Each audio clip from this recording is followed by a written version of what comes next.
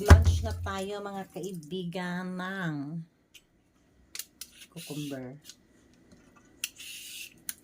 Babalatan ko to kasi matanda na siya, no? Alam niyo, hirap naman kainin yung matanda.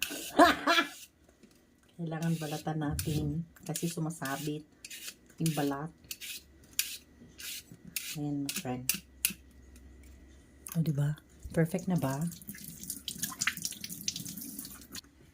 And, my friend, may kasamang itlog. Ito na ang ating brunch. Lunch and breakfast na natin to, no? Oh. Madali lang magluto ng itlog. Isama mo sa kanin. Para sure na hard-boiled egg. Saka mabilis siyang balatan.